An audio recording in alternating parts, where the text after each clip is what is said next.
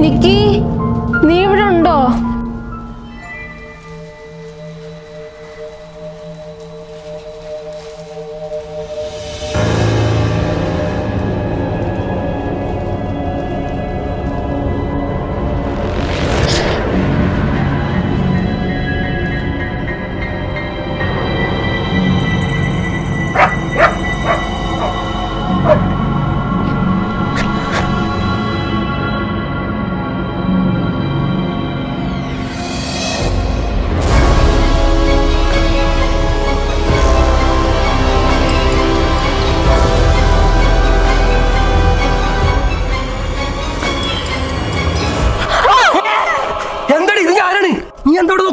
ഞാൻ നിക്കിനെ നോക്കാൻ വന്നതാ.